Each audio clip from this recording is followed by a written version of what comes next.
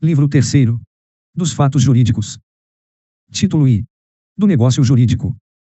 Capítulo I. Disposições gerais. Artigo 104. A validade do negócio jurídico requer: agente capaz, objeto lícito, possível, determinado ou determinável, forma prescrita ou não defesa em lei. Artigo 105. A incapacidade relativa de uma das partes não pode ser invocada pela outra em benefício próprio, nem aproveita aos cointeressados capazes, salvo se, neste caso, for indivisível o objeto do direito ou da obrigação comum. Artigo 106. A impossibilidade inicial do objeto não invalida o negócio jurídico se for relativa, ou se cessar antes de realizada a condição a que ele estiver subordinado. Artigo 107. A validade da declaração de vontade não dependerá de forma especial, senão quando a lei expressamente a exigir. Artigo 108. Não dispondo a lei em contrário, a escritura pública é essencial à validade dos negócios jurídicos que visem a constituição, transferência, modificação ou renúncia de direitos reais sobre imóveis de valor superior a 30 vezes o maior salário mínimo vigente no país. Artigo 109. No negócio jurídico celebrado com a cláusula de não valer sem instrumento público, este é da substância do ato. Artigo 110. A manifestação de vontade subsiste ainda que o seu autor haja feito a reserva mental de não querer o que manifestou, salvo se dela o destinatário tinha conhecimento. Artigo 111. O silêncio importa a anuência, quando as circunstâncias ou os usos o autorizarem, e não for necessária a declaração de vontade expressa. Artigo 112. Nas declarações de vontade se atenderá mais à intenção nelas consubstanciada do que ao sentido literal da linguagem. Artigo 113. Os negócios jurídicos devem ser interpretados conforme a boa-fé e os usos do lugar de sua celebração. Primeiro, a interpretação do negócio jurídico deve-lhe atribuir o sentido que for confirmado pelo comportamento das partes posterior à celebração do negócio. Corresponder aos usos, costumes e práticas do mercado relativas ao tipo de negócio. Corresponder à boa-fé. For mais benéfico à parte que não redigiu o dispositivo, se identificável, e corresponder a qual seria a razoável negociação das partes sobre a questão discutida, inferida das demais disposições do negócio e da racionalidade econômica das partes, consideradas as informações disponíveis no momento de sua celebração. Segundo, as partes poderão livremente pactuar regras de interpretação, de preenchimento de lacunas e de integração dos negócios jurídicos diversas daquelas previstas em lei. Artigo 114. Os negócios jurídicos benéficos e a renúncia interpretam-se estritamente. Capítulo 2. Da representação. Artigo 115. Os poderes de representação conferem-se por lei ou pelo interessado. Artigo 116. A manifestação de vontade pelo representante, nos limites de seus poderes, produz efeitos em relação ao representado. Artigo 117. Salvo se o permitir a lei ou o representado, é anulável o negócio jurídico que o representante, no seu interesse ou por conta de outrem, celebrar consigo mesmo. Parágrafo único. Para esse efeito, tem-se como celebrado pelo representante o negócio realizado por aquele em quem os poderes houverem sido subestabelecidos. Artigo 118. O representante é obrigado a provar às pessoas, com quem tratar em nome do representado, a sua qualidade e a extensão de seus poderes, sob pena de, não o fazendo, responder pelos atos que a estes excederem. Artigo 119. É anulável o negócio concluído pelo representante em conflito de interesses com o representado, se tal fato era ou devia ser do conhecimento de quem com aquele tratou. Parágrafo único. É de 180 dias, a contar da conclusão do negócio ou da cessação da incapacidade, o prazo de decadência para pleitear-se a anulação prevista neste artigo. Artigo 120. Os requisitos e os efeitos da representação legal são os estabelecidos nas normas respectivas, os da representação voluntária são os da parte especial deste Código. Capítulo 3º. Da condição, do termo e do encargo. Artigo 121. Considera-se condição a cláusula que, derivando exclusivamente da vontade das partes, subordina o efeito do negócio jurídico a evento futuro e incerto. Artigo 122. São lícitas, em geral, todas as condições não contrárias à lei, à ordem pública ou aos bons costumes. Entre as condições defesas se incluem as que privarem de todo o efeito o negócio jurídico, ou o sujeitarem ao puro arbítrio de uma das partes. Artigo 123. Invalidam os negócios jurídicos que lhes são subordinados: as condições física ou juridicamente impossíveis, quando suspensivas; as condições ilícitas, ou de fazer coisa ilícita; as condições incompreensíveis ou contraditórias. Artigo 124. Tem-se por inexistentes as condições impossíveis, quando resolutivas, e as de não fazer coisa impossível. Artigo 125. Subordinando-se a eficácia do negócio jurídico à condição suspensiva, enquanto esta se não verificar, não se terá adquirido o direito a que ele visa. Artigo 126. Se alguém dispuser de uma coisa sob condição suspensiva, e, pendente esta, fizer quanto àquela novas disposições, estas não terão valor, realizada a condição, se com ela forem incompatíveis. Artigo 127. Se for resolutiva a condição, enquanto esta se não realizar, vigorará o negócio jurídico, podendo exercer-se desde a conclusão deste o direito por ele estabelecido. Artigo 128. Sobrevindo a condição resolutiva, extingue-se, para todos os efeitos, o direito a que ela se opõe, mas, se aposta a um negócio de execução continuada ou periódica, a sua realização, salvo disposição em contrário, não tem eficácia quanto aos atos já praticados, desde que compatíveis com a natureza da condição pendente e conforme aos ditames de boa-fé. Artigo 129. Reputa-se verificada, quanto aos efeitos jurídicos, a condição cujo implemento for maliciosamente obstado pela parte a quem desfavorecer, considerando-se, ao contrário, não verificada a condição maliciosamente levada a efeito por aquele a quem aproveita o seu implemento. Artigo 130. Ao titular do direito eventual, nos casos de condição suspensiva ou resolutiva, é permitido praticar os atos destinados a conservá-lo. Artigo 131. O termo inicial suspende o exercício, mas não a aquisição do direito. Artigo 132. Salvo disposição legal ou convencional em contrário, computam-se os prazos, excluído o dia do começo, e incluído o do vencimento. Primeiro, se o dia do vencimento cair em feriado, considerar-se-á prorrogado o prazo até o seguinte dia útil. Segundo meado, considera-se, em qualquer mês, o seu 15º dia. Terceiro, os prazos de meses e anos expiram no dia de igual número do de início, ou no imediato, se faltar exata correspondência. Quarto, os prazos fixados por hora contar-se-ão de minuto a minuto. Artigo 133. Nos testamentos, presume-se o prazo em favor do herdeiro, e, nos contratos, em proveito do devedor, salvo, quanto a esses, se do teor do instrumento, ou das circunstâncias, resultar que se estabeleceu a benefício do credor, ou de ambos os contratantes. Artigo 134. Os negócios jurídicos entre vivos, sem prazo, são exequíveis desde logo, salvo se a execução tiver de ser feita em lugar diverso ou depender de tempo. Artigo 135. Ao termo inicial e final aplicam-se, no que couber, as disposições relativas à condição suspensiva e resolutiva. Artigo 136. O encargo não suspende a aquisição nem o exercício do direito, salvo quando expressamente imposto no negócio jurídico, pelo disponente, como condição suspensiva. Artigo 137. Considera-se não escrito o encargo ilícito ou impossível, salvo se constituir o motivo determinante da liberalidade, caso em que se invalida o negócio jurídico. Capítulo 4. Dos defeitos do negócio jurídico. Seção I. Do erro ou ignorância. Artigo 138. São anuláveis os negócios jurídicos, quando as declarações de vontade emanarem de erro substancial que poderia ser percebido por pessoa de diligência normal, em face das circunstâncias do negócio. Artigo 139. O erro é substancial quando interessa a natureza do negócio, ao objeto principal da declaração, ou a alguma das qualidades a ele essenciais. Concerne a identidade ou a qualidade essencial da pessoa a quem se refira a declaração de vontade, desde que tenha influído nesta de modo relevante. Sendo de direito e não implicando recusa à aplicação da lei, for o motivo único ou principal do negócio jurídico. Artigo 140. O falso motivo sove-se à declaração de vontade quando expresso como razão determinante. Artigo 141. A transmissão errônea da vontade por meios interpostos é anulável nos mesmos casos em que o é a declaração direta. Artigo 142. O erro de indicação da pessoa ou da coisa, a que se referir a declaração de vontade, não viciará o negócio quando, por seu contexto e pelas circunstâncias, se puder identificar a coisa ou pessoa cogitada. Artigo 143. O erro de cálculo apenas autoriza a retificação da declaração de vontade. Artigo 144. O erro não prejudica a validade do negócio jurídico quando a pessoa, a quem a manifestação de vontade se dirige, se oferecer para executá-la na conformidade da vontade real do manifestante. Seção 2ª. Do dolo. Artigo 145. São os negócios jurídicos anuláveis por dolo, quando este for a sua causa. Artigo 146. O dolo acidental só obriga à satisfação das perdas e danos, e é acidental quando, a seu despeito, o negócio seria realizado, embora por outro modo. Artigo 147. Nos negócios jurídicos bilaterais, o silêncio intencional de uma das partes a respeito de fato ou qualidade que a outra parte haja ignorado, constitui omissão dolosa, provando-se que sem ela o negócio não se teria celebrado.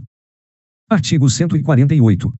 Pode também ser anulado o negócio jurídico por dolo de terceiro, se a parte a quem aproveite dele tivesse ou devesse ter conhecimento, em caso contrário, ainda que subsista o negócio jurídico, o terceiro responderá por todas as perdas e danos da parte a quem ludibriou.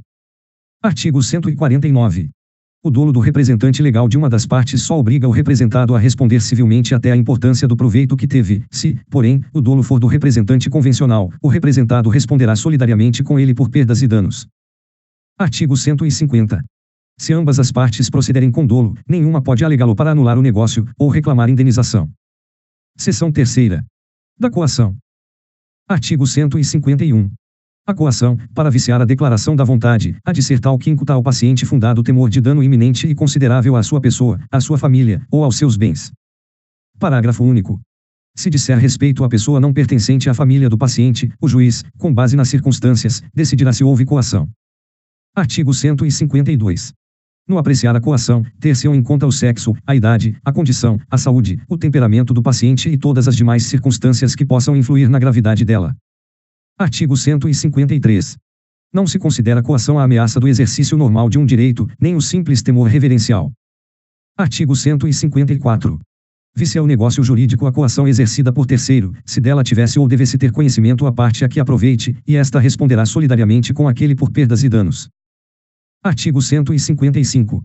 Subsistirá o negócio jurídico, se a coação decorrer de terceiro, sem que a parte a que aproveite dela tivesse ou devesse ter conhecimento, mas o autor da coação responderá por todas as perdas e danos que houver causado ao coacto. Seção 4ª. Do estado de perigo. Artigo 156. Configura-se o estado de perigo quando alguém, premido da necessidade de salvar-se, ou a pessoa de sua família, de grave dano conhecido pela outra parte, assume obrigação excessivamente onerosa. Parágrafo único. Tratando-se de pessoa não pertencente à família do declarante, o juiz decidirá segundo as circunstâncias. Seção V. Da lesão. Artigo 157. Ocorre a lesão quando uma pessoa, sob premente necessidade, ou por inexperiência, se obriga à prestação manifestamente desproporcional ao valor da prestação oposta. Primeiro aprecia-se a desproporção das prestações segundo os valores vigentes ao tempo em que foi celebrado o negócio jurídico. Segundo, não se decretará a anulação do negócio, se for oferecido suplemento suficiente, ou se a parte favorecida concordar com a redução do proveito. Seção 6ª. Da fraude contra credores. Artigo 158. Os negócios de transmissão gratuita de bens ou remissão de dívida, se os praticar o devedor já insolvente, ou por eles reduzido à insolvência, ainda quando o ignore, poderão ser anulados pelos credores quirografários, como lesivos dos seus direitos. Primeiro, igual direito assiste aos credores cuja garantia se tornar insuficiente. Segundo, só os credores que já o eram ao tempo daqueles atos podem pleitear a anulação deles. Artigo 159. Serão igualmente anuláveis os contratos onerosos do devedor insolvente, quando a insolvência for notória, ou houver motivo para ser conhecida do outro contratante. Artigo 160. Se o adquirente dos bens do devedor insolvente ainda não tiver pago o preço e este for, aproximadamente, o corrente, desobrigar-se-á depositando-o em juízo, com a citação de todos os interessados. Parágrafo único. Se inferior, o adquirente, para conservar os bens, poderá depositar o preço que lhes corresponda ao valor real. Artigo 161. A ação, nos casos dos arts. 158 e 159, poderá ser intentada contra o devedor insolvente, a pessoa que com ele celebrou a estipulação considerada fraudulenta, ou terceiros adquirentes que hajam procedido de má-fé. Artigo 162.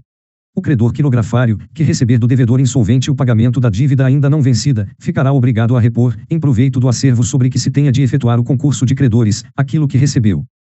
Artigo 163. Presumem-se fraudatórias dos direitos dos outros credores as garantias de dívidas que o devedor insolvente tiver dado a algum credor.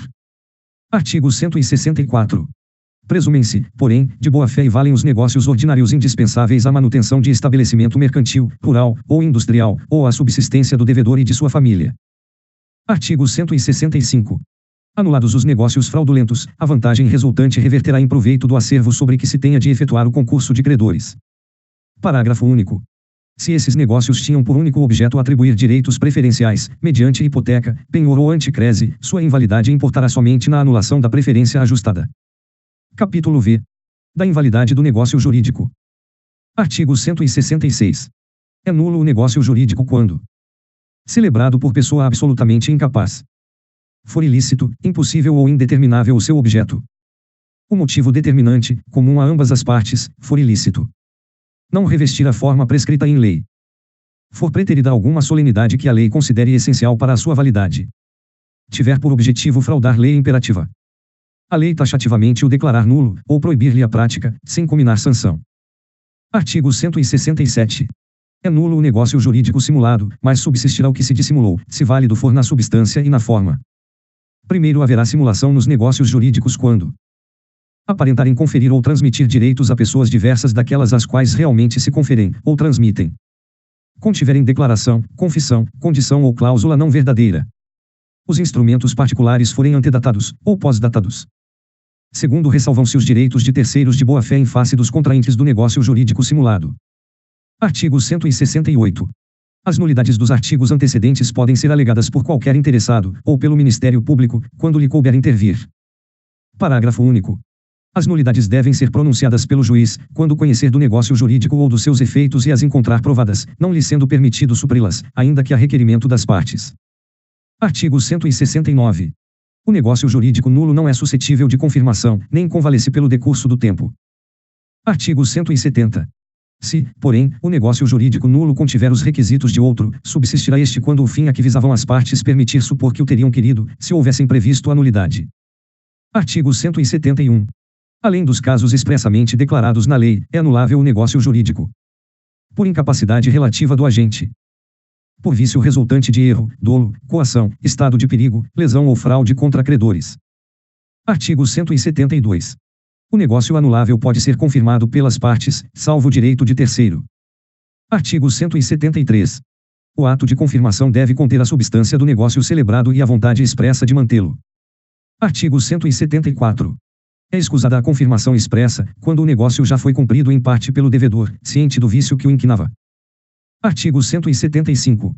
A confirmação expressa, ou a execução voluntária de negócio anulável, nos termos dos arts. 172 a 174, importa a extinção de todas as ações, ou exceções, de que contra ele dispusesse o devedor. Artigo 176. Quando a anulabilidade do ato resultar da falta de autorização de terceiro, será validado se este a der posteriormente. Artigo 177. A anulabilidade não tem efeito antes de julgada por sentença, nem se pronuncia de ofício, só os interessados a podem alegar, e aproveita exclusivamente aos que a alegarem, salvo o caso de solidariedade ou indivisibilidade. Artigo 178. É de 4 anos o prazo de decadência para pleitear-se a anulação do negócio jurídico, contado. No caso de coação, do dia em que ela cessar. No de erro, dolo, fraude contra credores, estado de perigo ou lesão, do dia em que se realizou o negócio jurídico. No de atos de incapazes, do dia em que cessar a incapacidade. Artigo 179. Quando a lei dispuser que determinado ato é anulável, sem estabelecer prazo para pleitear-se a anulação, será este de 2 anos, a contar da data da conclusão do ato. Artigo 180. O menor, entre 16 e 18 anos, não pode, para eximir-se de uma obrigação, invocar a sua idade se dolosamente a ocultou quando inquirido pela outra parte, ou se, no ato de obrigar-se, declarou-se maior. Artigo 181. Ninguém pode reclamar o que, por uma obrigação anulada, pagou a um incapaz, se não provar que reverteu em proveito dele a importância paga. Artigo 182. Anulado o negócio jurídico, restituir-se-ão as partes ao estado em que antes dele se achavam, e, não sendo possível restituí-las, serão indenizadas com o equivalente. Artigo 183. A invalidade do instrumento não induz a do negócio jurídico sempre que este puder provar-se por outro meio. Artigo 184. Respeitada a intenção das partes, a invalidade parcial de um negócio jurídico não o prejudicará na parte válida, se esta for separável. A invalidade da obrigação principal implica a das obrigações acessórias, mas a destas não induz a da obrigação principal. Título 2º. Dos atos jurídicos lícitos. Artigo 185. Aos atos jurídicos lícitos, que não sejam negócios jurídicos, aplicam-se, no que couber, as disposições do título anterior. Título 3º. Dos atos ilícitos. Artigo 186. Aquele que, por ação ou omissão voluntária, negligência ou imprudência, violar direito e causar dano a outrem, ainda que exclusivamente moral, comete ato ilícito. Artigo 187. Também comete ato ilícito o titular de um direito que, ao exercê-lo, excede manifestamente os limites impostos pelo seu fim econômico ou social, pela boa-fé ou pelos bons costumes. Artigo 188. Não constituem atos ilícitos os praticados em legítima defesa ou no exercício regular de um direito reconhecido. A deterioração ou destruição da coisa alheia, ou a lesão à pessoa, a fim de remover perigo iminente. Parágrafo único. No caso do inciso 2º, o ato será legítimo somente quando as circunstâncias o tornarem absolutamente necessário, não excedendo os limites do indispensável para a remoção do perigo.